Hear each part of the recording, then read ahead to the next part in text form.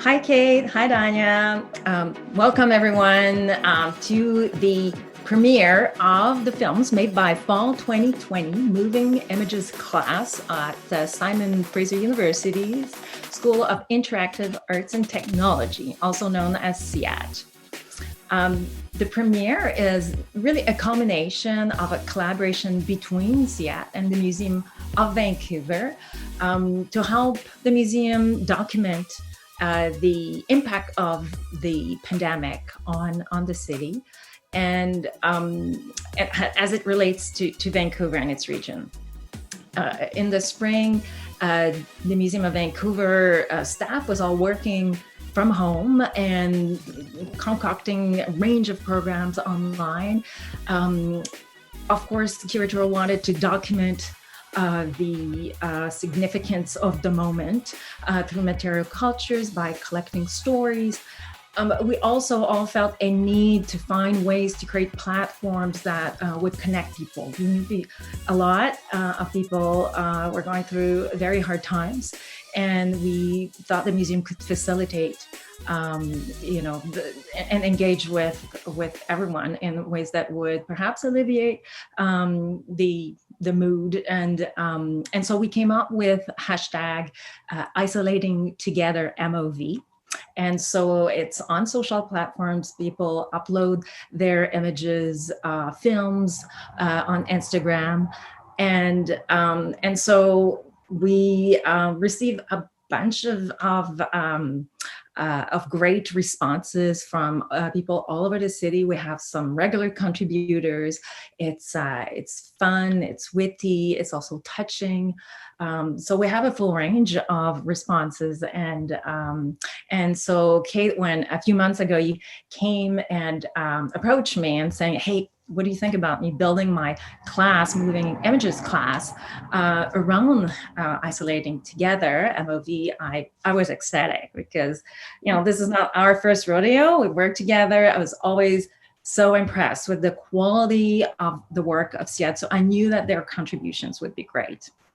Yeah, Viviane, thank you so much. It's been really exciting to work with you and Dunya as teaching assistant and all of the students over this semester. So I'm a professor specializing in media at SIAT at SFU.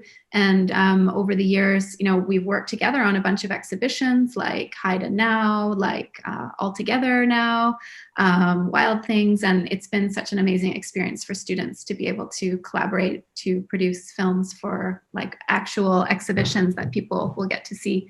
So it felt like an opportunity as we were totally rethinking how we were going to teach a video course 100% online, where students wouldn't have access to the usual camera equipment that we have at the amazing SIAT library.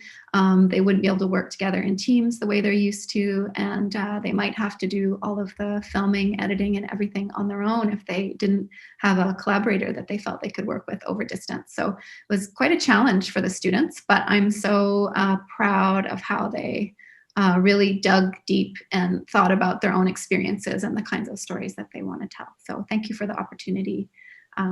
It's been really neat to see the stories unfold over these last few months. For sure. The whole team got to review the entries, and I'll say that isolating together as a initiative is very important to us. It is really at the intersection of two roles that the museum is trying to fulfill. So generate new understandings of the city through stories and material culture and shared experiences. And at the same time, it's also trying to be part of that ecosystem of cultural organizations that are helping all of us build a more resilient community. And the project, I feel, contribute to that, having individuals from all over the region, but in this case with SIAT students, people are connected to the region, and at the same time they may not be in the region as they're going through this course. And so so it was so wonderful because we got to see a diversity of yes, experience, but also a region, and it felt like a real 360. And it reminded me a bit like methodology and social sciences, where, you know, when you're kind of trying to design a research program, you try to look at the sampling, and so you can go really big statistically, but you can also create these purposeful sample where you really select data that kind of represent well an issue. And I feel with the 37 entries from SIAT, we really got this amazing purposeful samples. And yes, it will help us document this important moment in the city. And at the same time, I hope that when people will view it, they will feel that they connect. People will feel they're not alone. And it's, you know, I felt it was really heartwarming. Yeah, I think we definitely felt that along the way. I asked Dunya to just talk a little bit about some of the challenges that the students had and the kinds of exercises that they did, which helped prepare them to do, you know, distance filmmaking. And I think it's kind of neat to think about what they had to do and what they had to sort of explore with what they had at hand in order to make this happen as well. Yeah, so hi, I'm Viviane. I'm the teaching assistant for this course. And yeah, it's been really inspiring to be part of this process. Obviously a very different time, and like Kate said, challenges for making films as well. So we had a couple of in-class activities to help students kind of think through this. So we asked them, for example, to do sort of an inventory of things they had at home to, see what they could use for filmmaking. So, you know, some of them had camera gear, but also everyday materials. And then some students got really creative with sort of DIYing, tripods or light boxes. So that was really inspiring to see. Then we had another assignment where we did distance portraits. So photo sessions, but over Zoom with a family or friend or a classmate, which obviously requires kind of a different setup and kind of, you know, paying attention to different parts of your skill set when making a portrait. So that was also really, really fun to see how students work through that. And actually a few of the films, or most of the films you're seeing, obviously have to, you know, deal with the COVID restrictions. So some are made over distance, over Zoom, or, you know, otherwise keeping in mind how to keep space. So yeah, I think students really did an amazing job while working with what they had and working with the restrictions that are in place. Absolutely. And I'm really excited to be able to work with the Museum of Vancouver to present all the films online leading up to the exhibition that you've talked about, and also today to be able to identify a few that really stood out that we wanted to acknowledge with some of our class awards. We're really happy to be able to announce our award winners from the class this semester. These are the films that out of the group of 37 films we wanted to particularly recognize. That said, all the films were, you know, amazing in their own ways. And we think that every single one of them is really exciting to watch and to see people's personal stories or the stories of their friends or their interpretations of their experience of the pandemic. But we'll start by announcing the films that we'd like to recognize today. So the first film that we would like to recognize is for our documentary award. And the winner of this award is called Departure by Ray Shu. And I'm going to just read a little note that I've made about this film. This is really a beautifully shot documentary. It features Ray's parents who are in China. And it tells the story of how his mother, who is a doctor, was seconded to work in Wuhan during the big lockdown at the start of the pandemic. And she talks about how she continues to do her work today. We thought the image quality was really exceptional. The editing was very strong. The story that he tells, and also of how he weaves together his own experience of being a student who has to leave Canada and return to China, and how he sort of weaves that together with his family's experience under lockdown. So congratulations, Ray. It was a fantastic film. Thank you so much for making it.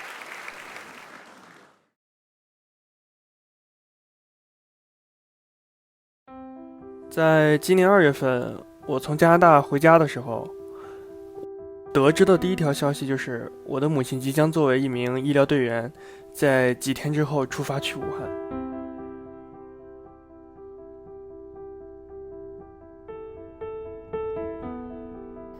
我呢是接到电话以后，我自己是很平静的，有点小兴奋，但是呢，想回过头来想想呢，对老公家里人来说，有一点点很难开口去解释这个问题，因为前期在家里也讨论过，老公他不愿意叫我去，他担心我的身体。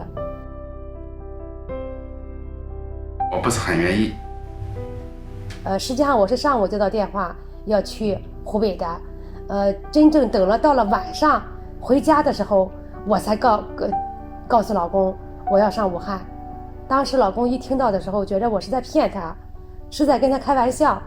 实际上我真的没有跟他开玩笑，我想我一定要回到家面对面的跟他说这个问题，这个事情呢不能在电话里通过电话告知的，就这些。其实当我们知道这个消息的时候，我能看出来我的父亲并不是很希望我妈去，但是我不清楚我妈自己是怎么想的。实际上我是那个时候是内心也是矛盾和犹豫并存的。作为一个医护人员来说，我应该去前线去尽我的一份力量。作为家庭一个成员来说，作为妻子，这个时候我是医护人员嘛，我也懂一些。在大家都害怕都惧怕新冠肺炎的时候，老公也希望我在家里。我不知道我的母亲是抱着怎样的心情去的武汉，我也不知道她是否很害怕。害怕呀！当时在出发之前，我们已经做好了充分的准备。在火车上，那个时候火车上我们是从北京坐火车到的武汉，火车上可以说是基本上没有人到武汉的。我们那个车厢里就是我们20几个人，就是我们这个团队。我们没有到武汉之前，没有落地之前，我们觉着火车上最安全的。等了到了火车站落地以后下车，我们觉着火车站是最安全的。实际上我们那个时候每个人内心都是有恐惧感的，都害怕这个病毒的传播性，内心确实是害怕的，不害怕是假的。很多人叫他英雄，但我并不觉得他是这么想的，我觉得这是他的责任。实际上我只是做了我自己的一点点工作，也是我作为一名医护人员应该做的工作，离真正英雄所做的事情还差得很远很远，也担当不起英雄这个称号。如果换做任何一个医务人员，他们都会去这样做的。所以说我们离英雄这个称呼太远了，差的。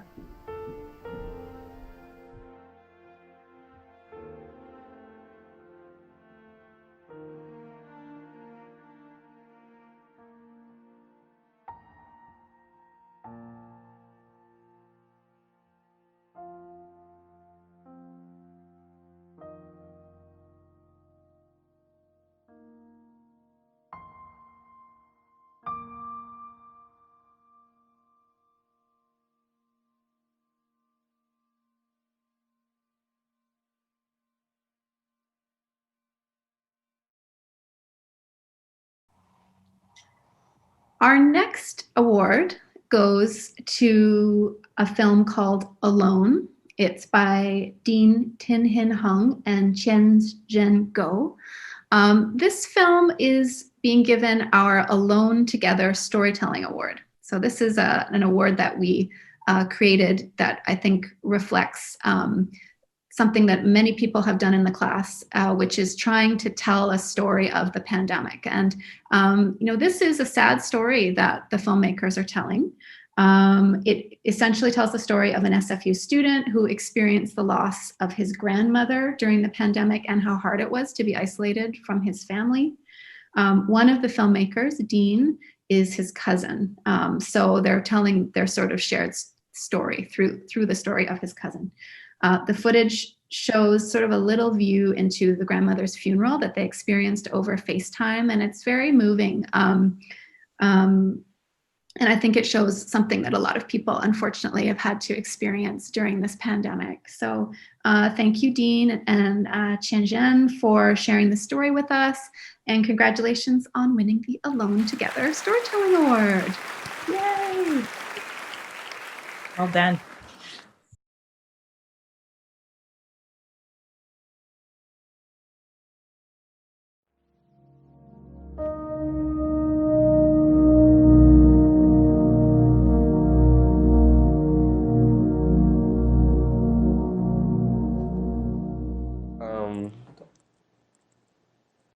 I thought it was gonna be fine at first, but it really wasn't. It's been very challenging. It all started with a transition to online courses, which wasn't that bad at first because I was able to save time on commuting. It was very easy to slack off. I slowly got used to it. I started cooking, home workouts, and everything, which felt like this quarantine was a long-awaited break from our hectic lives. And I started to realize that not being able to socialize with friends, family, can really have an impact on you. And I really experienced it when I received that one phone call from my parents who live abroad. They said that my grandmother passed away.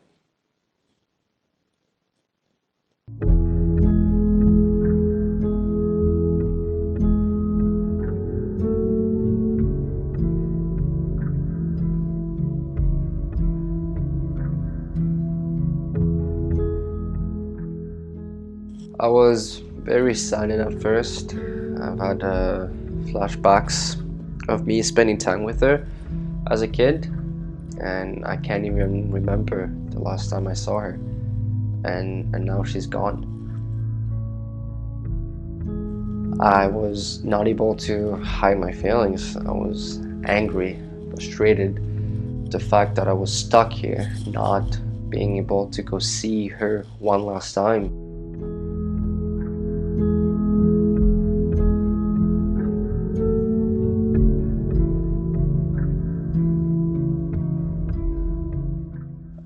It was very hard to digest the fact that she wasn't there anymore.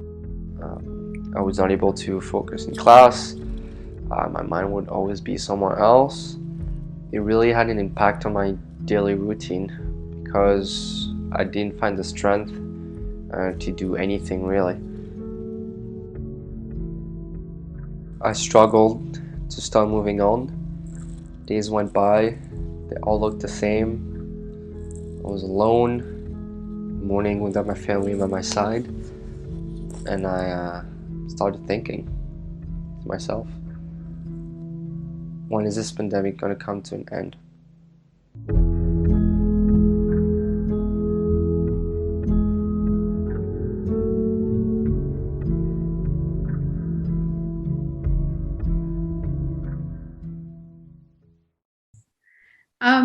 The next film that we will celebrate is with an award for visual effects. And the Visual Effects Award is being given to a film called It'll All Be Over by Natalie Booth.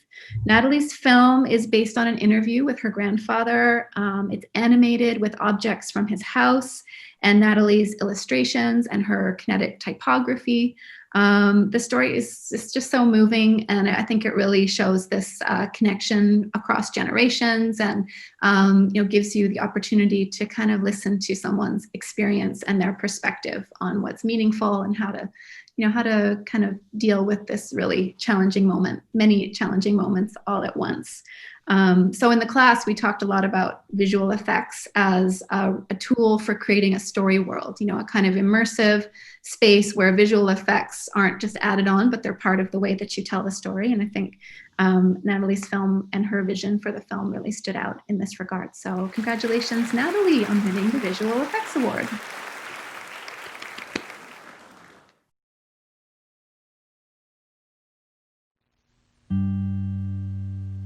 I think when this started, people thought, well, by the summer it will be all over. And then by the middle of the summer, they thought, well, maybe by the fall it'll be all over. Now, I think most people are saying not until 2021, and how far into 2021 is it all going to go. When I first got quarantined, I was in the middle of reading a book called Thank You for Being Late. And the book was about how fast things are moving and we haven't time to stop and think about it. And I thought, oh, I'm in quarantine. I have lots of time to think about things now. So it was a good thought. And then I thought, what am I going to think about while I'm in quarantine? Well, of course, the first thing you think about is why you're in quarantine. So that made me think about COVID-19. That wasn't a very nice thing to think about, so I thought about something else. And then I thought about infestation of moths at my daughter's. That really wasn't a very good thing to think about. And then I looked out, and what did I see? I didn't see any sky, I saw smoke. It was all the smoke coming from the wildfires in the United States. Now, this is not going very well. There's really nothing very interesting to think about. And even worse, when I thought about the United States, who did I think about? Mr. Trump. So I decided I would stop thinking about quarantine and do something else. I lived fairly close to a park, and I was always able to get out and walk very early in the morning when there was nobody around, and it was very light and very pleasant. And now the days are getting darker, the mornings are darker, and it's not as easy to walk. So maybe I'll not get out as much during the winter as I did during the summer, and that will make a difference. Rather like voting in an election, you sort of vote for, not necessarily for the person you prefer, but for the person who you dislike the least. And seeing people with masks and having to stay 6 feet apart, it's not very pleasant, but it's better than not seeing people at all.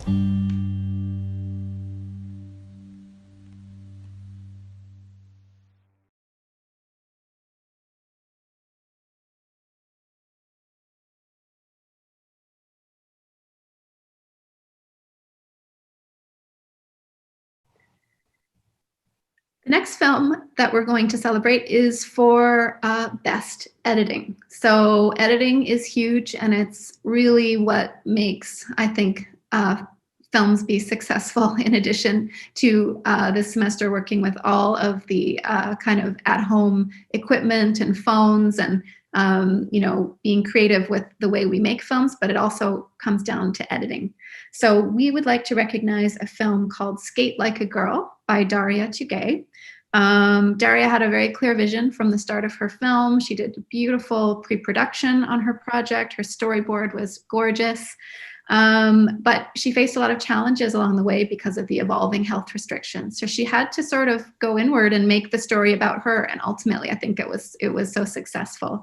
I really like how this became about Daria's unique experience of learning to skate. And she had to use the tools at hand, to create this story, like her phone, for example. But we especially want to recognize her really strong editing technique and style, which stands out in the class and is, very deserving of this award in editing. So congratulations, Daria.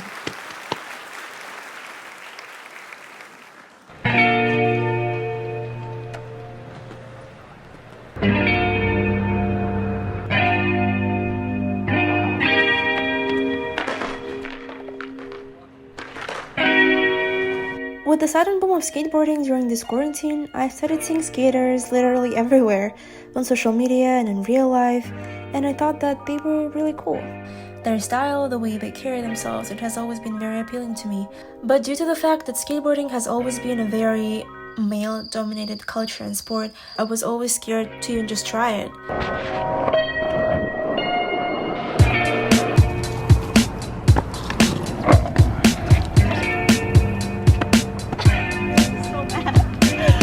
However, seeing so many inspiring girl skaters like Brianna King, Lil Tubbsy, and Skate Moss blowing up on Instagram and TikTok since the pandemic started gave me so much confidence that one day on June 20th, I just went to Zoomies and got my first skateboard.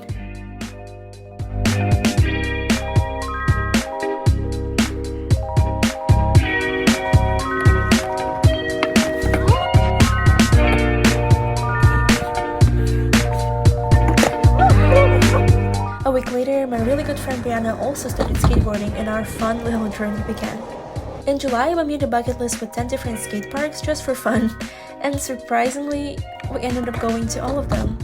Starting from North and West Vancouver to even UBC, Port Moody, Surrey, Langley, literally everywhere all over Lower Mainland. I made so many good memories. I met so many great new people. I visited so many new places that I probably wouldn't have visited if not for skateboarding.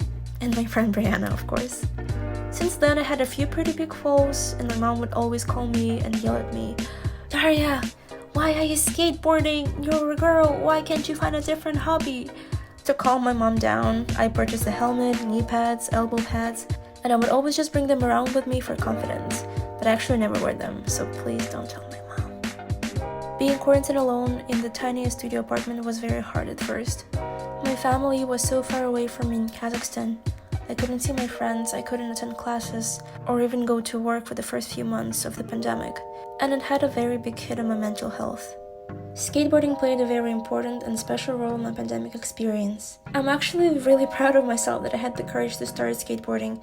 Every scar, every little bruise that I got was worth it and will be just a fun memory in the future. I still can't do many tricks. I can barely drop in, ollie, or shove it, but I promise next year I will land my first kickflip. Skateboarding just makes me really happy and I'm excited to see what I can accomplish in the future.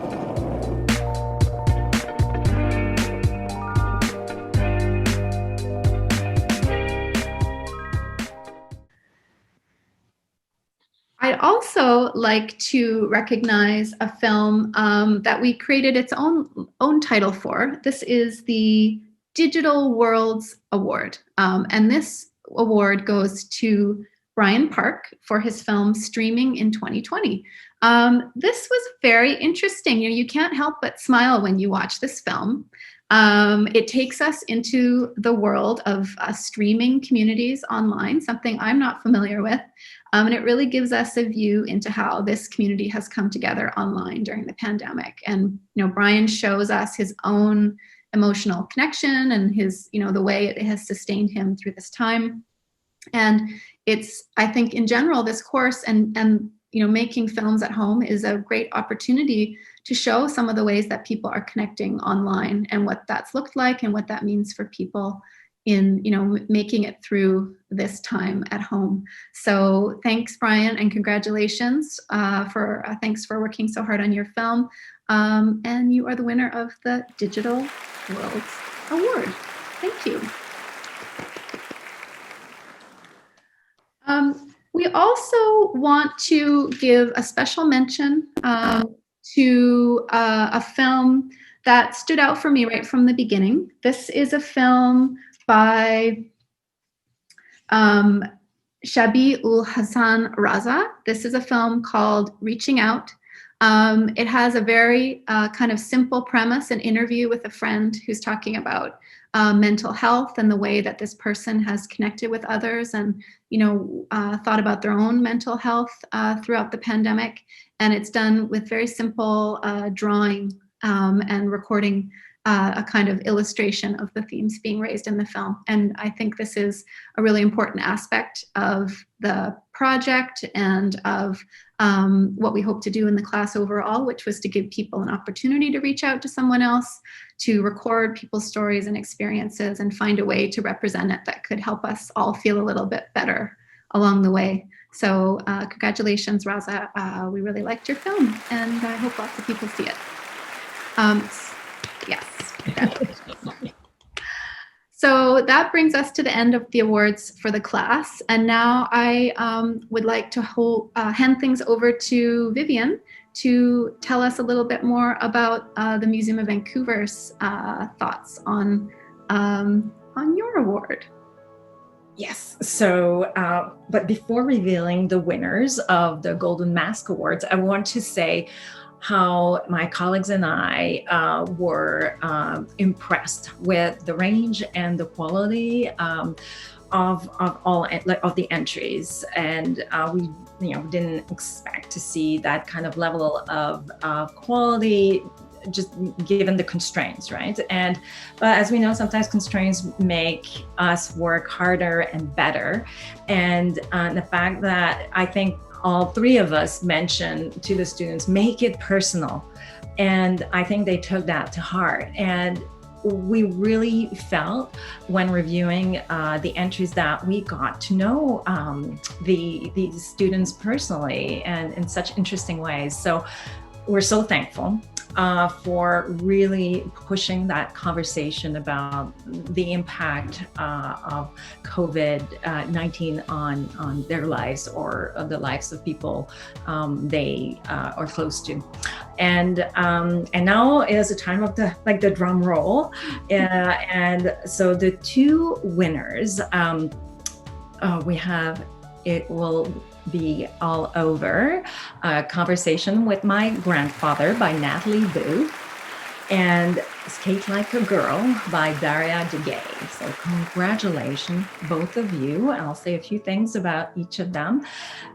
So Natalie's piece, we were so wowed by the overall quality of the production. So very polished, very professional. It's very moving. It's like the grandfather's voice. He's narrating, and everything is channeled through his voice. It's like he's rocking us. So that short story about his take, his way of being in the world during this tough time, and it's a real inspiration. So both, content and form, very strong. So yes, thank you. And at the end of the day, it's just like the elders are giving us more wisdom, and it feels so right. So thank you. Skate Like a Girl, very urban, witty, funny, that girl power undertone that I really like. We all liked, I should say.